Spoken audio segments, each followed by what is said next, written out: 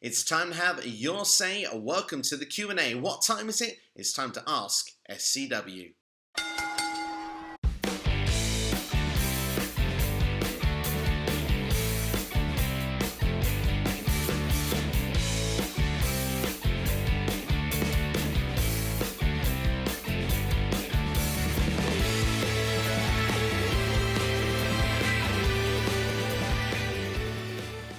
So welcome back to the Q&A then. Lots of fantastic questions to stick around for here today, including WWE, NXT and much more. We're going to be talking about the WWE releases, the Diamond Mine, Money in the Bank, who should have thrown some AEW champions and much more. So without further ado, let's get in straight with our first question this week. And to start off, we're going to do things in blocks this week. So we're going to talk about the WWE releases this week, the brand new ones that we had, unfortunately, on Friday. Going to give a shout out to Dylan Ketchum and Noob & Co. asking my thoughts on those. Well, it sucks, doesn't it? It's not really cool to see people lose their jobs. It's certainly not what you want to see to finish off the week. And yeah, of course, when doing the live stream on Friday and just giving different name after different name, yeah, it wasn't fun to see. But what I would say when we take from it, this is the fourth time this year we've had WWE releases, which seems a really big scale to what we've used to have in previous times. I mean, obviously after WrestleMania we had the set of cuts there. We had an NXT cuts already once this year.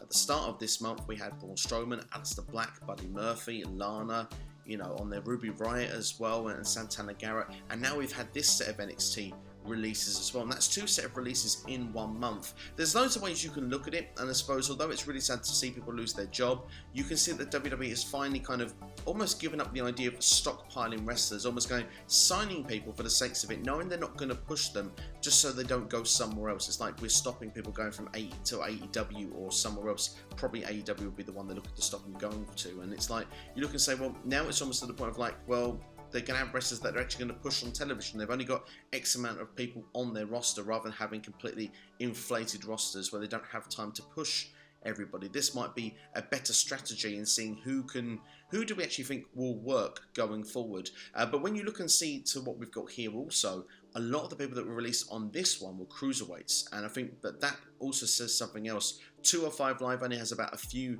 registered names to what they had previously, and you look and say, well, perhaps a lot of the old guard, WWE might have thought they've had their shot and they're not going to be able to push them or won't push them any further going forward. Maybe the size of the contracts as well. I believe Tony Nese is going to have a 90-day non-compete clause, almost like a main roster talent, where other people like August Gray will only have a 30-day non-compete release clause. So someone like that clearly is on a smaller contract and will be able to go and perform somewhere else a lot quicker. So it all depends on what WWE's strategy and market is for doing so. And from what we've seen with William Regal not too long ago on NXT TV was that we want to revamp the NXT Cruiserweight division. We want to make it fresh and exciting. And I think that's probably why a lot of these talent have been released. WWE probably looked at 205 Live and looked at how it's gone and said, this isn't drawing, it's not working. Maybe we'll revamp it, we'll bring in new stars, we'll change things up, we'll do the Diamond Mine, which of course we'll be talking about very shortly as well. Of course, Kushida's had these open challenges with the likes of Blake Christian, which I forget his name in there. I believe Conrad Hayes was another one that's coming also, and then he gave the open challenge to Adam Cole this week also. So it could be a case that they're just going to freshen things up. They've got so many people in the Performance Center, maybe they want to give a push or give a chance on NXT TV. There could be as well a number of people that are going to be from NXT being called up to Raw and SmackDown over the next couple of months as well. So it looks like that things are definitely going to be freshened up. There's this shout out that things are stale everywhere and that things are the same and there's all this and all that. And although we don't want to see people lose their jobs, perhaps they're really thinking, well, we have too many people on the books. They don't need to release these people. I'd rather they kept the people personally. But at the same time, for those people's careers, maybe they will prosper better outside of WWE rather than being signed somewhere where they're not going to get that push or get that significant TV time. But you've got to really feel for the talents because that's probably their biggest dream, to get to WWE, to get to be on that stage and think, right, I'm going to get my opportunity, I'm going to get my chance. And either for one way or another, maybe you've not been booked right, maybe you've been tried out on the main roster, didn't work out, you've come back down to NXT, or maybe, as I mentioned, Austin Gray, he'd only been there like a year, he just was starting out, and you thought to yourself, well, he's not really had a chance yet. So there's lots of different ways to look at it. I look at it with disappointment. I always look at it with what if we'd seen these superstars pushed differently, treated differently. Could they have been bigger stars, because there's certainly amongst all those people released on Friday, there's a heck of a lot of talent there with the superstars. As for Kenzie Mobley, of course, she was released after that podcast appearance this week, confessing she didn't know anything about wrestling and that she was going to be a Raw writer. She called Bobby Lashley Bobby Ashley, and as well said about the Hurt Business as well, or thinking they may still be a thing, not entirely sure. It didn't have a good look on the company, and I think that really, you look at it, it's probably WWE's fault for kind of allowing that podcast to happen, that appearance to happen, because, you know, those sort of questions come firing at her. I mean, they weren't the best answers, and it lit up on Twitter. According to Sean Rossap, it wasn't a part of the reason of why she was released. It was probably some internal stuff in WWE, but as far as I'm concerned, I put 2 and 2 together, and I kind of feel that there has to be some sort of link with it, in my personal opinion. But again, disappointment. The girl had not been in the job for very long. She didn't have a chance to. She seemed eager and keen to learn, and perhaps maybe over a course of 3 to 6 months, in and amongst around everybody, she could have known so much. She maybe would have taken lots of time to watch, you know, Peacock, I guess, rather than WWE Network, but actually had a chance to prosper, take in about what's going on of the here and now, maybe learn about some of the history, and maybe you know, better use these creative steps going forward. She was brought in for comedy. We'll never know how good that comedy could have been. So again, I look at it with disappointment, unfortunately. I look at it sad. I don't like seeing people lose their jobs, but I guess end of the day, it is a business. It does happen, and we just have to hope that for everybody that is no longer with WWE, that they get taken up by other companies, have a chance to prosper and do well going forward. And of course for WWE, you hope, regardless of whether they bring new people in or whether they have the talent they have, let's hope they're used to the best of their abilities, so that they don't feel that another 2 to 3 months that they have more people that are able to be, you know, thrown to the chopping block, if you want, and also released later in the year, because I'm bored of seeing the releases. I want to see everyone stay put and have a chance of perhaps being a success in WWE. Next question coming from the Ego Maniac, Derek Stark, saying, what is your opinion on the WWE releases of the past few months, and where do you think they'll end up going to? Really good question, this one. Just to give a little bit of a spoiler alert, I have a video of which release WWE Superstars will be going to Impact Wrestling. So that video is available on the channel for you right now. So I go through every superstar that has been released up to the last set of releases before what we had this Friday, and I give my take of where I think they'll go to Impact, or actually if I think that they're going to go to somewhere else. So you actually get answers of where you think, where I think every superstar will be heading to. So make sure to go and check that video out. As for the ones that have just been released just now, there are probably spaces for, you know, AEW and stuff like that, but I see a number of the talent perhaps being used, perhaps in Impact Wrestling, Ring of Honor, NWA, those sort of places I think would be sort of the ones to take that sort of talent. I can see particularly people like Breezango, for example, going to Impact Wrestling. I think there's room for another tag team. I do think that their gimmick would sort of fit in and amongst the Impact roster. They've got a lot of characters over there, so I could really see that. The premier athlete, Tony Nese, I think you're sort of looking again, Impact would be great for the X Division, but also I could see him in NWA. I think that the premier athlete kind of screams what could really represent well in NWA, and I think he would be treated like a real top star over there. The premier athlete would be like actually the premier of the roster, so I could see him being someone that would be in and around that sort of Nick Aldis kind of, like, you know, whether it's a part of Strictly Business or maybe it's someone actually feuding with them. I think that definitely would be something that you could look into and say, I could see that happening. As for Arya Daivari, I think he'll go to Impact Wrestling. I mean, the other Daivari is there, so I can see that it would be a natural fit as they're related.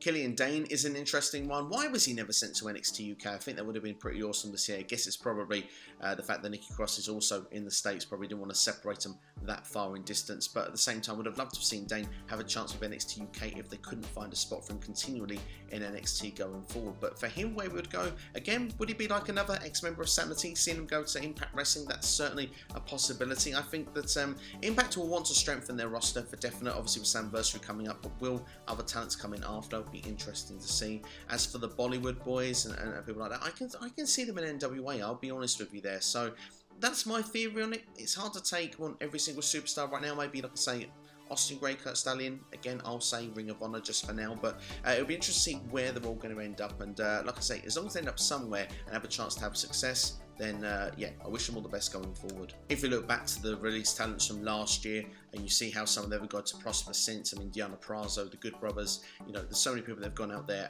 Eric Young as well, that have gone and done fantastic things in other companies. I mean, a lot of those I mentioned are Impact talent, but obviously the Good Brothers have been going over to AEW as well. So I mean, there is, you know, there's real opportunities for people out there to go and make bigger names for themselves and raise their stock value. So I wish them every success, and of course, you know, we support everyone in the wrestling community. You know, so yeah, I wish them all the very, very best, and yeah, hope they find work very, very soon. We mentioned Killian Dane a second ago, but the next question comes from Jamie, the controversial one. Holmes, with the release of Killian Dane, do you think Drake Maverick will be lost in the shuffle? After his feud with Santos Escobar, he was lost then, and then his tag team with Killian Dane revitalized him somewhat.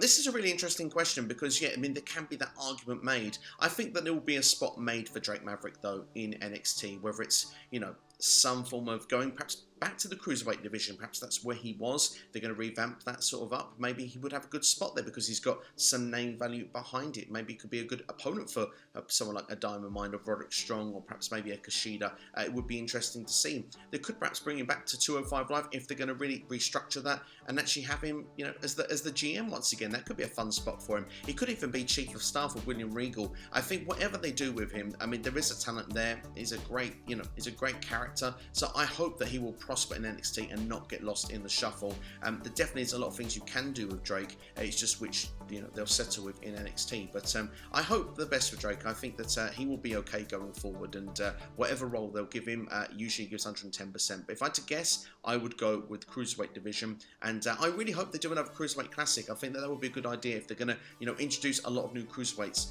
to NXT. So I think that would be a great way then to just showcase everyone, maybe try and build one or two stars out of that tournament to then make them, you know, worthy challengers for Kushida going forward. And perhaps someone like a Drake Maverick could put one of those 2 or 3 younger stars over in the tournament, or perhaps even a round robin, depending on how they want to do it, and that way they can help build new stars as well. So I think there's a lot of purpose in what they could do with Drake Maverick in NXT going forward. Wrestling through life for the next question then, which of the released superstars surprised you the most?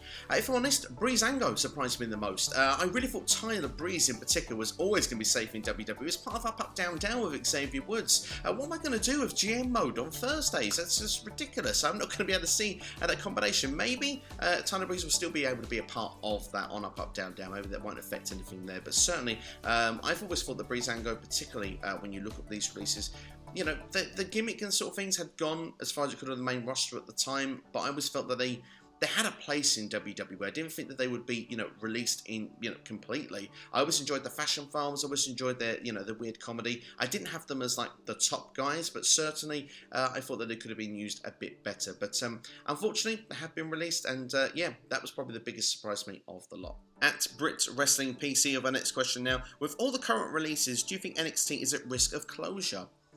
No, I don't think it is. No, I think NXT is going to be perfectly fine. There are so many people in the Performance Center that are probably ready for TV. There is hundreds of talents that are ready and raring to go for a spot on television when people, you know, in the Performance Center believe that these talents are ready, whether it's Triple H, Shawn Michaels, William Regal, Road Dogg, you name it. Could be even some of the trainers themselves say this is the talent, they are ready. So there's probably hundreds of names that we are not aware of right now, and we've seen a couple of them break through. Obviously, they've been in the Performance Center to have some cruiserweight action recently, so I think there'll probably be a number of unknown names, or perhaps 1 or 2 big signings that may come in. So no, I don't think NXT is in any fear of closure. Yes, there's been a number of releases, 2 sets this year, and also we know that perhaps there are rumours there was some that are going to be going to Raw or SmackDown with the next draft coming up. But no, I think NXT, it's a proving ground, it's a good base, it's got its spot on USA, it's not going anywhere anytime soon. Right, let's move our attention then to the Diamond Mine. We've got to give 4 shout outs. We've got Noob & Co, we've got Dylan Ketchum,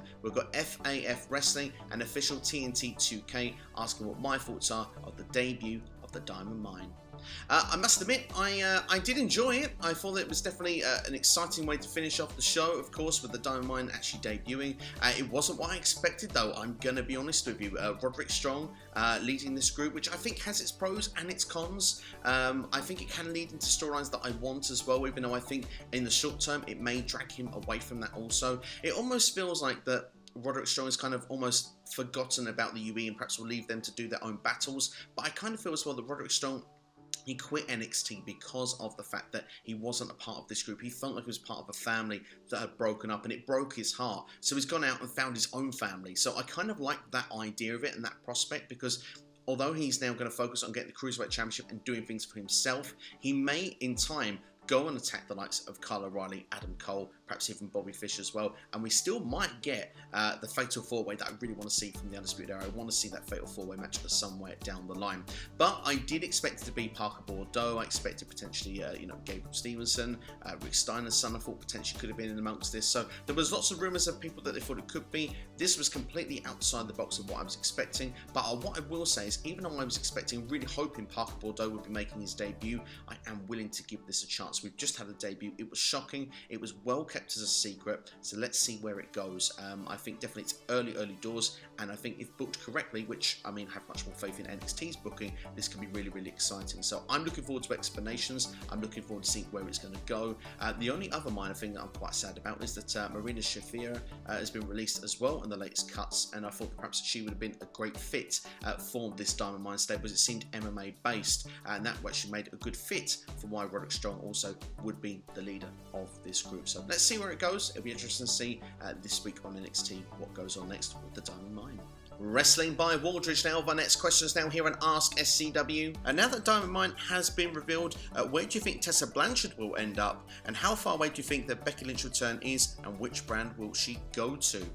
Two fantastic questions there for you. Where will Tessa Blanchard go? Because of course there was rumours that she could be a part of this group. I'm still unsure. I mean, she's not been taken by anybody. She's a fantastic talent, a great free agent that could be picked up by somewhere. I guess if I had to pick somewhere at this stage, I guess AEW, because that's where her dad is. I think that would be the most likely destination. But yeah, it seems strange that nobody's taken her up. Yes, there's been a lot of politics, or a lot of rumours of perhaps of how she is to work with.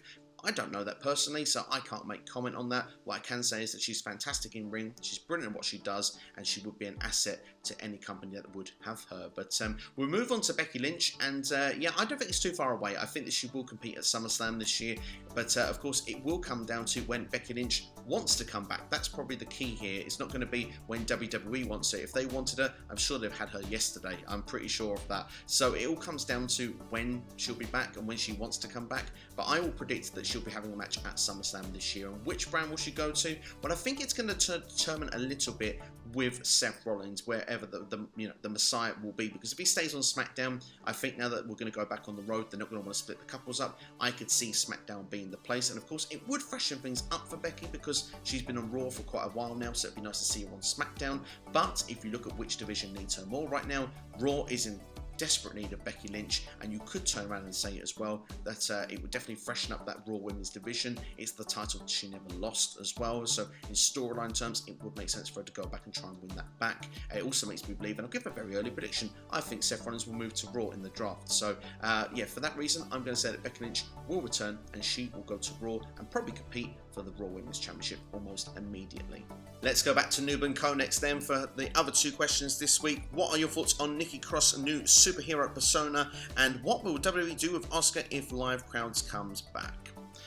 First off with Nikki Cross, I must admit, on first thoughts, I didn't think the gimmick would be for me. I like Nikki Cross how she was. I thought that the gimmick was perfectly fine. I loved the entrance music, kind of that Lady Gaga sound about it. Now with the change, I'm not a big fan of the music, and I'm not sure what I'm feeling short term with the superhero thing, but it is apparently her idea. She's really ecstatic to do it, and let's be fair, it's been 1 week. I should be very pleased to see where it's going to end up in probably 2, 3, 4 months from now. And what I do believe on the positive side, she's definitely going to get pushed more. She's going to get more TV time. And the thing is, she feels like a superhero after what she's done with those efforts in recent weeks. It's now been transitioned into a character. So there actually has been build for this over a number of weeks. She's now gone into a match as this character, and she's actually won a match as well, like in more, certainly more convincing fashion rather than surviving beat the clock. I think that Nikki Cross under this gimmick will have a chance to compete for women's championships. I would like to see as well perhaps some sort of cameo of Mighty Molly Holly, or perhaps Hurricane Helms at some point. I think that would be quite fun if you can have that sort of dynamic combination there, just to really give a rub to Nikki Cross with that character as well, really try and help push and get it over, especially when the live crowds are back. So I think that that could be quite cool. But no, I think for Nikki Cross, she's going to get pushed better, she's going to get more opportunities. So I think overall this will be a good thing for her, even if I think initially I wasn't sure if the gimmick will be for me. But like I say, it's one show. Let's give it time. Let's give it a chance to breathe. It's still very, very early days. As for Asuka when crowds return, well, there is a chance they could keep her doing exactly the same thing. If WWE is not going to freshen up the character, which so far they've shown no signs of doing, they may continue to have her do the same thing, maybe change to SmackDown and be a babyface over there. It's hard to tell, but of course, you know how I feel about it. I would definitely turn Asuka heel, and I don't think she needs a change of show. I just think she needs a change of attitude. Rather than dancing around, happy to be there, I want to see the Asuka that was a heel, that was a part of the Kabuki Warriors. I think sort of dangerous with the green mist, you know, very dangerous style. You know, we know how hard-hitting she is in the ring, one of the best wrestlers in the world. I want to go out there with that attitude, that chip on the shoulder once again, and I think that would be the place of where you can put her back into the championship picture. And especially, as I say, if Becky Lynch was to come back and win the Raw Women's Championship and was then the top babyface with a top heel Asuka, everything feels super fresh. Even these two have faced before, it definitely would feel like a fresh matchup, a fresh rivalry, and I'd be really keen to see it. So that's exactly how I would book it, especially as those were the two that were together in the ring when Becky Lynch left and to go and be a mum after Asuka had won Money in the Bank and became Raw Women's Champion. So as you said, you actually mentioned yourself on the live Q&A that I did this past week. I think the storyline makes a lot of sense. So yeah, I think it goes hand in hand with the natural narrative. Make Asuka a heel, make almost, you know, jealous that Becky's come back and got the spotlight straight away. Simple booking, make it effective, and push Asuka then straight back to the top of the card with a fresh gimmick. I think it's win-win. Let's take the other question in from a Wrestling Through Life as we start to talk about Money in the Bank for the next few questions.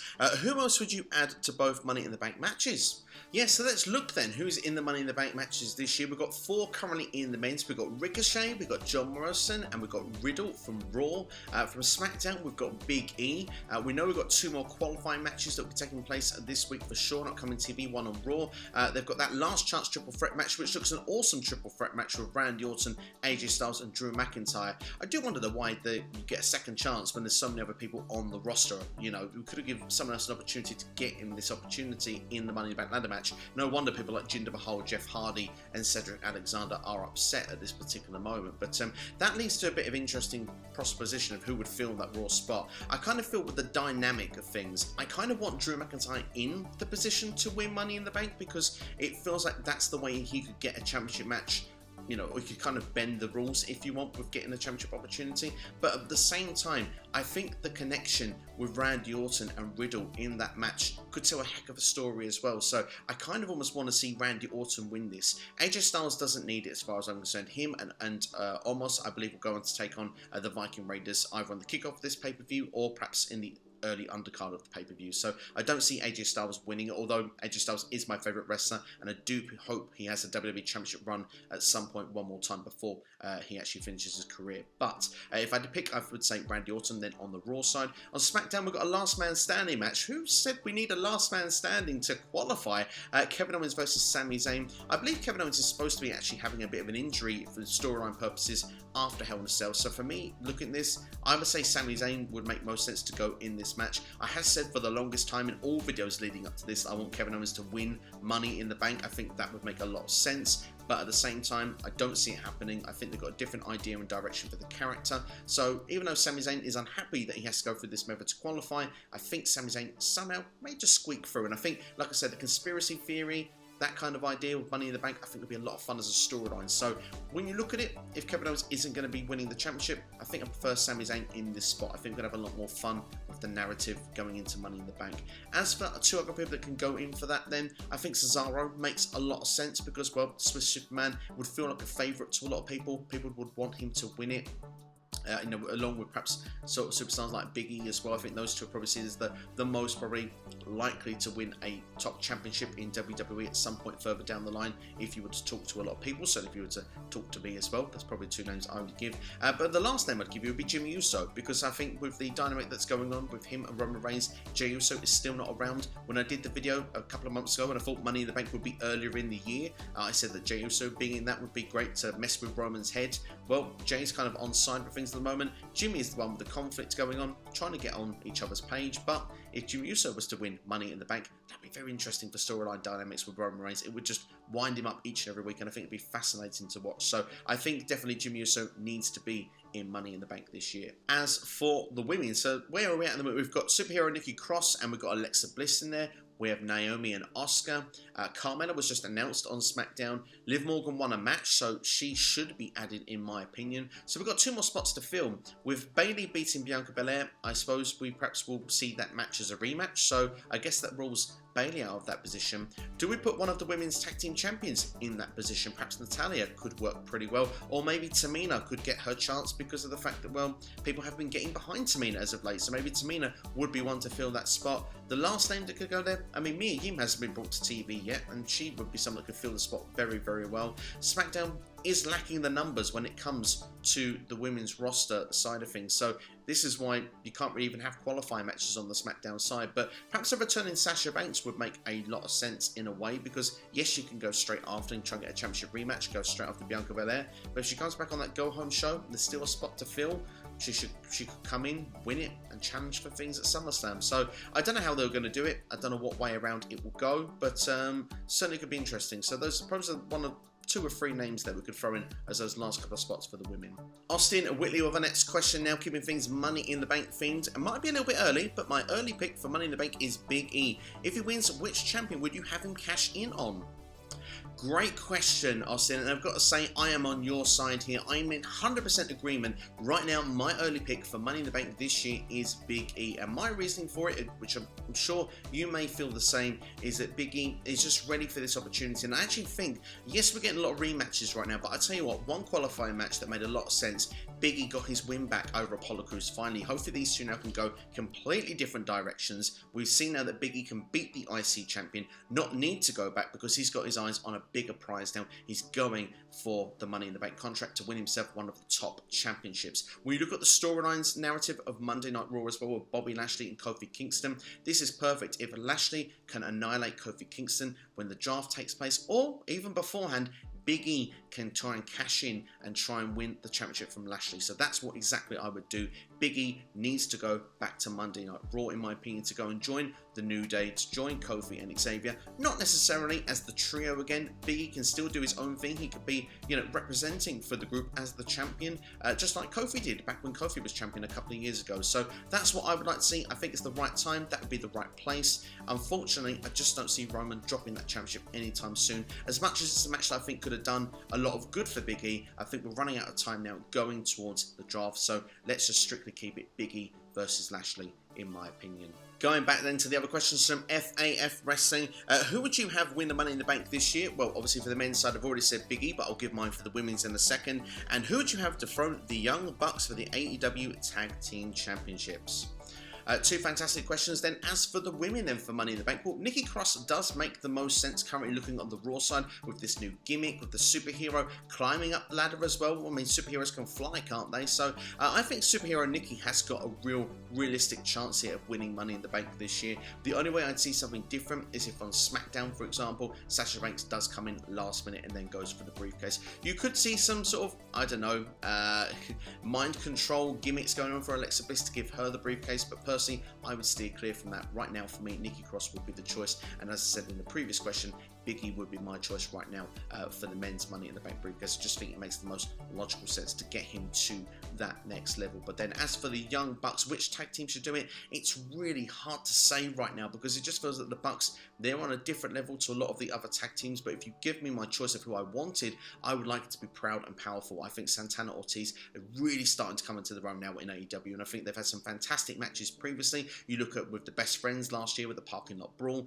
I think now they've got this great feud going on now, right now with FTR, of course, and Conan being involved in there as well, and Tully Blanchard. I think if we can get Proud and Powerful winning this, we can get them by the time we get to All Out against the Young Bucks. I think it would be the right time to have that title change. So for me, Proud and Powerful would be my top choice. I still want the Lucha Bros to win it one day, but it just with how things are going right now, I think it fits perfectly in place in storyline terms. We can get the right rub, the right push for Santana Ortiz. For me, Proud and Powerful will be my choice. Well, we spoke about the Tag Team Championships. Let's go for the big ones, shall we then? Ted the Hillbilly Hill, who ultimately takes the AEW Championship from Kenny Omega. It's got to be Hangman Adam Page, hasn't it? It's definitely been my choice for a long, long time, and I'm not changing on it. The crowd are going mental every time, each and every time he comes out. He's picking up victories, he's gaining momentum. It's still not the right time for Kenny to drop that championship, but I think around Full Gear, I think that would be the perfect place to do so, and I think that Hangman Page should be the one to do it there on pay-per-view in front of, a live crowd going absolutely mental. I think it would be the right place at the right time, and I think that Hangman Page at that point could be the top babyface easily in the entire company. Let's head back and talk about one more Money in the Bank questions. We've got two great questions now from Lorenzo Carrillo. Can WWE fix the uniqueness of the Money in the Bank briefcase this year, and what would you do to make it valuable once again? And is WWE planting the seeds for Seth Rollins and Baron Corbin face turns, especially Seth during Talking Smack? What do you see of this? Great questions there. Thank you so much there. Yeah, looking at the Money in the Bank, the way to make it mean something is to book it with credibility. Make sure it's the right winners. You're not sort of giving a throwaway joke like Otis did, who then loses it halfway further down the year. You shouldn't give it to people that don't need it. The Money in the Bank is supposed to build new stars. It's supposed to give that rub, that opportunity. Someone that's not quite reached the benchmark to actually get the championship on, if you want merit, especially when it's a heel, because that would be fitting more of the gimmick. But certainly face superstars, he can work really well as well, because someone like Biggie, as we mentioned in earlier questions, it's a great way to catapult him to that level. And Cesaro will be another great one as well, because you turn around and say with there, Cesaro will be fantastic with it, because he's just lost one championship opportunity. If he then wins it again, he can go back for Roman once again. Maybe he wins second time round, uses it to his advantage, or he goes and cashes in on Lashley on Raw. And that's the other key thing, is to make sure that the person wins. More than not, in recent years, we have had people win, but we've had quite a number of people lose. I just think the wrong winners presents the wrong storyline, and I think as well, Jimmy Uso, as I said it earlier on, that'd be fantastic. That would really reignite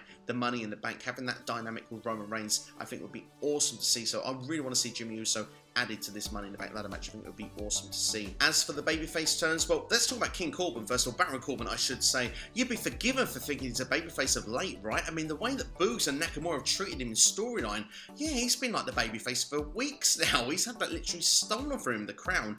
You can't help but feel sorry a little bit for him, but at the same time, he's not meant to be a likable character, so I don't know if that's a mix-up with the writing or what the scenario is, but it's going to be fun to see things freshened up for him, and I do kind of like the feeling that he looked lost this week on SmackDown. You couldn't really hear the promo that well because the music was far too loud to really listen to what he was actually saying, but what I kind of felt was a sense of loneliness and sadness, and I'm hoping that the loneliness part will bring back the lone wolf Baron Corbin. If we get that version of him back, that could be quite interesting to see, because I think Corbin has got a lot to offer in WWE. I just think he's taken the King gimmick as far as it could go. It would be interesting to see how it would be on Shin, or if we defended in King of the Ring later this year. That could be quite fun to see also. Maybe that's a part of the loss that we have to go through with Corbin on his journey back to perhaps becoming the Lone Wolf, or whichever his next character will be in WWE. As for Seth Rollins, let's talk about the Messiah, shall we? He had a point, didn't he? He thought he was going to get this championship match, and he hadn't been beaten anytime recently by Roman Reigns. So yeah, he by of all means should have been in for a championship opportunity at Money in the Bank. But what's really beautiful about this is that this is going to be perfect, setting up him versus Edge for SummerSlam, which is heavily rumoured. So clearly that must be the direction. The promos between Edge and Seth Rollins, will be amazing on the build to it as well. Perhaps even Seth might try and talk himself into the match at Money in the Bank, which will lead to the triple threat. Who knows what will go down, and Edge gets that opportunity taken away from him once again as a one-on-one match, which could be quite fun for narrative, the storyline as well. So I don't think we're anywhere near to the end game of where this is going to be. It's just getting started. It should be a lot of fun of where it's going to go to.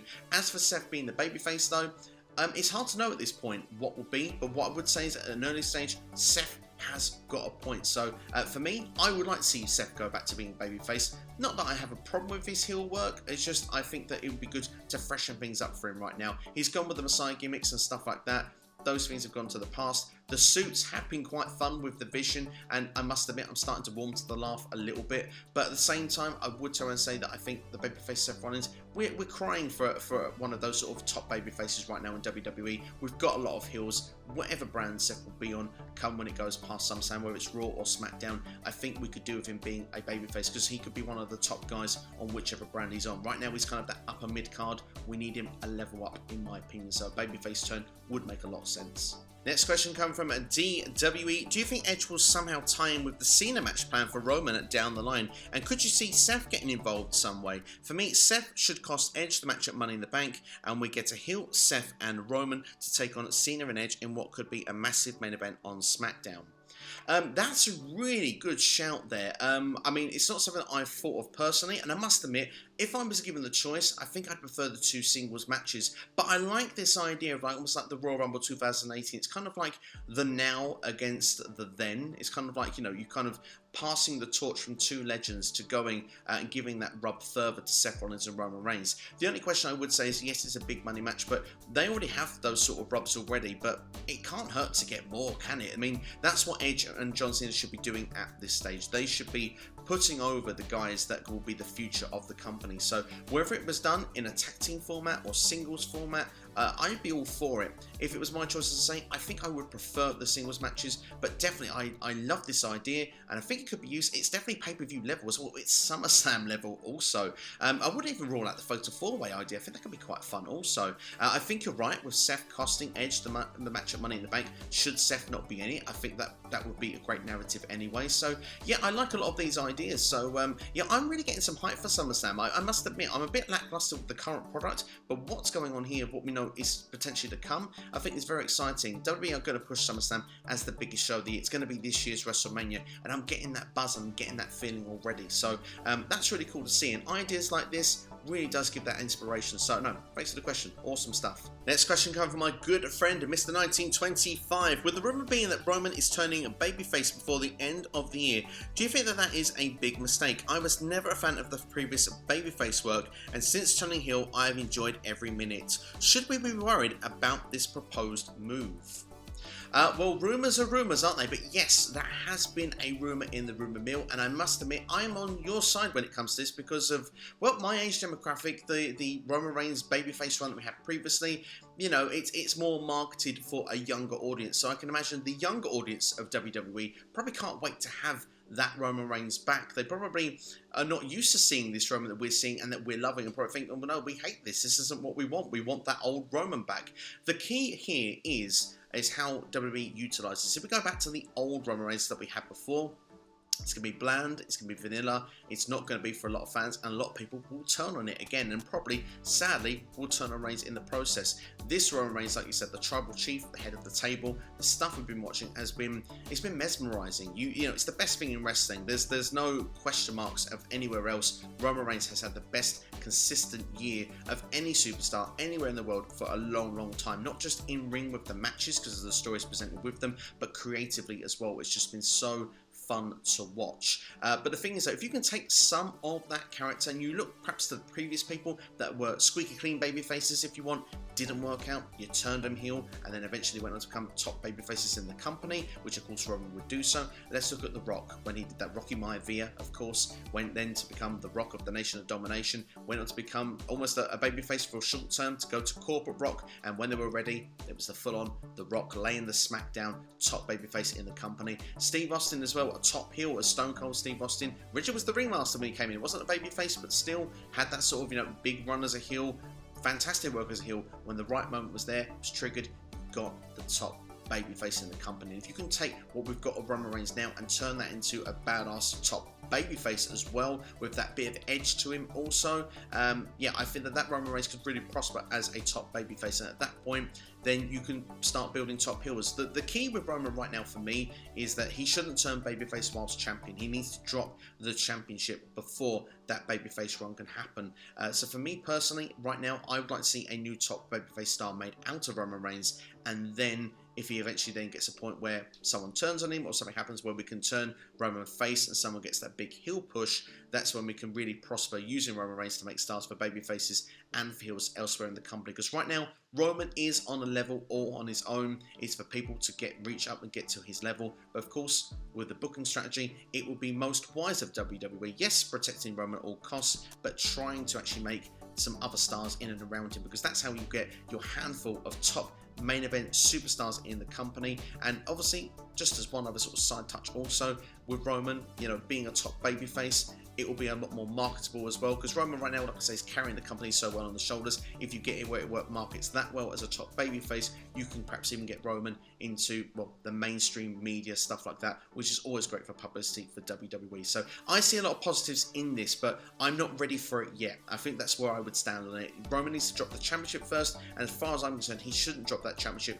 before WrestleMania. So turn of the year for me is too soon. If we're talking next summer, I'm all ears and I'm open-minded to it. So let's wait and see what it's going to get into. But Roman's a babyface. If it's booked correctly, it can be a masterstroke, a stroke of genius. But of course, if it's done, you know, in the way that we've seen Roman before, I think it will fall flat. Mike, a Tanhabs Mike with our next two questions. We've seen a small vignette with a battery charger increasing by the week on NXT. Is it return or someone new? My feeling is that Tegan Nox is ready to come back. And do we think that Casey and Caden should be pushed more as a tag team? Women's tag teams seem to be stuck with the same three teams. Should Triple H start teasing a split between Raquel and Dakota? And will the returning of Tegan play a factor in it? Some really good questions there, but we'll start off with the first question there, which of course is the battery life. And to give my prediction for it nice and early, I think Tegan Nox is a fantastic shout, by the way. I think definitely a return. I don't see it being somebody new. I really want it to be Roderick Strong, and I really want it to be like Y2J, like with that kind of like the countdown we got to the Millennium thing with Y2J. I wanted it to go 100% in the middle of Adam Cole versus Kyle O'Reilly for Roderick Strong to make his return. That's probably why I also had a slight disappointment he was part of Diamond Mine, but different story, different day. That's the fantasy booking that's completely in the past now. I think it will be a return. Tegan Nox is a great shout. I'm going to go for Ridge Holland. He was my prediction from the start. It's about that sort of time now that I think he would make his return. He still could do the same thing because he was attacking Adam Cole at the time. Maybe he's on Cole's side now. Who knows? It could be an interesting way how he'll be brought back in if it is going to be him. But if it is Tegan, would be awesome also. Whoever it is, I think will make an instant impact returning to NXT. And definitely, I think those two names are probably the favourites going into it. But no, I stick with my final prediction of Ridge Holland. Yes, more tag teams need pushing. NXT does have more tag teams on their roster, but yeah, it seems to be the same teams around the championship picture right now. Does need to sort of freshen things up and get things around. I would like to see that you know, Catanzaro and Caden Carter get bit more of a push as a team. The only problem I have with it is that, you know, I don't see it believable of them beating some teams. They look really great against Raquel Gonzalez and Dakota Kai the other week, but I never believed that they would actually win the match. So I think that that's kind of the slight issue I have with it, but definitely I want to see them get a push, maybe to beat some enhancement talent at this point to really give them, you know, a bit of a push up the ladder, and then when the time is right, then we can get them to go perhaps into the championship picture. As for Raquel and Dakota, I think the time will come soon. I'm not quite sure when, but I think this is a match that probably does need to happen, even though I want to see them as a team. I like them together. I don't know, I don't really want to see them break up, but at the same time, I think it's a storyline that would make a lot of sense, and I think it will happen eventually. If Tegan Nox was to come back in, yeah, it would work really, really well with their continuity, wouldn't it? Of course, we saw before with Tegan Nox, when she had the rivalry with Dakota Kai, Raquel Gonzalez debuted at that point, so that would make a lot of sense. I think it's a great suggestion and a great shout, so let's wait and see what will happen when that storyline comes around. But combining both of those together as well, really interesting. So yeah, I'll be fascinated to see when we get the reveal of the battery life on NXT, and fascinated to see if it will be Tegan Nox or Ridge Holland, or will it be someone else that we've not even thought of. There was many great suggestions on the live Q&A I did just a week ago. Maybe go and check that video out if you haven't already, because yeah, loads of people gave loads of fun suggestions, and yeah, it seems like it'll be a very exciting reveal when it does come on NXT. Jonesy Chats Wrestling with the next question now. Who do you think will finally beat Karrion Kross? Yeah, he seems to be on that undefeated streak right now in NXT, and of course, when he probably will go to Raw or SmackDown eventually, who is going to beat him, or will he drop the championship without being involved in the decision? Samoa Joe, from storyline terms, makes the most sense right now. The only one I think that would be believable otherwise in NXT right now, or NXT UK, would be Volta. I wouldn't see any other way someone actually defeating Karrion Kross. I wouldn't be surprised though if Kross was to actually just drop the championship, you know, via a multi-person match, or even vacate it and go up to Raw, SmackDown, and then not lose until he faces one of the top people on Raw. Whether it's, as we discussed earlier in the video, an eventual babyface Roman Reigns, or if it will be somewhere else in the card like a Drew McIntyre. But for me personally, if I had to choose, I would say right now I think Samoa Joe would make the most sense, judging by storyline. BCC WrestlePod with our next question now. Do you think Alexa Bliss's doll Lily will eventually become an actual wrestler for the company? And if so, who do you think will have portrayed the character? Well, it seems at the minute Lily is now away from TV at the moment. I don't know if she's written off entirely and will never come back, or if they will do it. But I mean, if you were going to do it, this is where it makes the most logical sense for me, is to actually use it to create and add another superstar. Nikki Cross would have made a lot of sense back in the day, but with all the changes that's gone on now and with all their history now seemingly ignored this past week on Raw, I'm not sure that would work quite well. Trying to think of someone that actually would fit the role is quite interesting. I mean, who would fit the role? I mean, perhaps you could go with someone along the lines of Mia Yim, and she's not on television right now. Could be a gimmick you could bring her back into, as someone that could be like that. I mean, she was a part of the Dollhouse actually back in the old days, actually, speaking of that, with the old TNA Impact Wrestling. So there could be some connection with that there. Looking elsewhere with NXT, I mean, we're talking like, what, Mia Yim from Tian Shaw? That's the only thing I can think of, really, although that gimmick wouldn't really match together with Alexa's going into the main roster. So I'm not quite sure of how they're going to do it or what way they'd go about it. I don't think it ever will do, if I'm being perfectly honest. I think WWE generally was going with the doll as a marketing ploy to just sell stuff on WWE Shop, but sadly, yeah, I think it would be better if it had been linked into a character, would be more invested in it, but sadly, yeah, I don't see it happening. Skate Uphill is in with the next question now. What are a few reasonable names that could walk through the Forbidden Door? Who would be top of your own wish list? Well, after Against All Odds, I thought it was a shoo-in with the Forbidden Door that the Young Bucks would be at Slammiversary, that Moose would come looking for revenge in AEW, but sadly, neither has happened at this point. I thought Moose would find a tag team partner. I actually fancied booked at the time that Eddie Edwards, they would, reunite their friendship. Perhaps Moose, though, could have brought someone in, of course, where you have that Slammiversary debuts as well. Perhaps he could have had a tag team partner there to go and challenge the Bucks, but that wasn't to be the case, unfortunately. So, but those would be some of the ones on the hit list there that I'd like to see. Also from Impact to perhaps go to AEW, Ace Austin, Chris Bay, Josh Alexander, be quite keen on seeing. I think will be a lot of fun to watch. Also from New Japan, I know Will Ospreay's out right now, so that's not a possibility, but Jay White would be fun to see on AEW at some point. Perhaps as well, when we've seen El Phantasmo already in Impact, Jeff Cobb will be another one that I'd like to see make the transition over as well. We've seen him on AEW before. I think he could have a lot to offer whether he was to go to AEW or Impact. I think that'd be pretty darn awesome to see. So yeah, there are a number of ones that I would love to see. Of course, Okada would be awesome as well, but yeah, we'll have to wait and see what the realistic ones actually will end up being. But it's, you never know. It's always a lottery with these things, so it's hard to say which ones you would expect to happen. It's always been a surprise. You know, the likes of Kent has happened as well already. So yeah, let's wait and see what happens next. It should be fun. It should be exciting. And probably one last thing just to finish off, Rich Swann. I mean, why hasn't he gone to AEW at any point to try and get back at Kenny Omega? So that'll be my last name to throw in the hat of ones that I'd like to see. Last question this week, and a very creative one as well. They're from official TNT2K.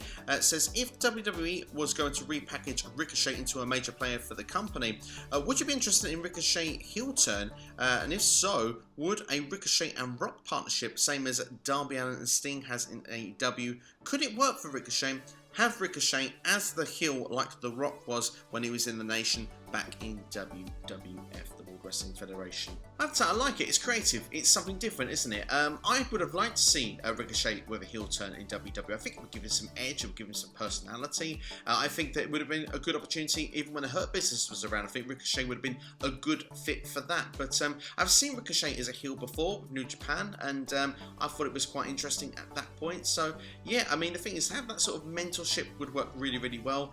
Would The Rock come back in at this stage of the game to be with someone like Ricochet? I couldn't see that happening personally, but Ricochet is a top talent, and I think he does deserve to be treated at a higher level in WWE. Certainly, if he's not going to be treated like on Raw or SmackDown, then put him back to NXT and let him be one of the top talents on there. Because you saw with him when he was North American Champion, when he was in War Games. I mean, stuff like that would be absolutely incredible. We mentioned about the Cruiserweight division earlier in this video as well. Perhaps people would say, well, that would be beneath him, but I mean, at the same time, if you're going to make the Cruiserweight division mean something on NXT going forward, then perhaps that could be a title that could be very coveted, and I think someone like Ricochet doing his tricks around the ring would be awesome to see. But I really like the partnership they got with Darby and Sting in AEW. Could they have that for Ricochet in WWE? I'd be all for it. Do I think it'd be The Rock? No, but you know what? I still think that it's been a missed opportunity at this point from WWE to not do something with Ricochet and give him that edge, because I do think a heel Ricochet could really work. But that's all for me anyway this week. Thank you so much for everyone for your questions. Some amazing questions this week. Hope you enjoyed the episode as always. If you want to be involved with the next episode, then drop a comment in the comment section right now, or you can follow me on Twitter, Instagram, Facebook. Leave the hashtag AskSCW with your question. Leave one tweet or post maximum, and I'll include it in the next video, and I'll give you a shout out as well as answering your question, of course. But that's all from me anyway. If you're watching for the first time, please like the video, share the video, subscribe as well, hit the bell for notifications, and be up to date each and every time a video is released. More videos will be dropping in the week, probably a day or two till I drop my next one. Looking forward to giving you a lot more fantastic content on the way, so make sure to keep your eyes on SCW. Thank you for watching as always, and like I say, I'll see you next time. Please drop a comment. I look forward to talking to you about any of the topics we've been talking about today. And yeah, check out the other videos that are popping up on your screen right now. All the best, take care, I'll see you next time.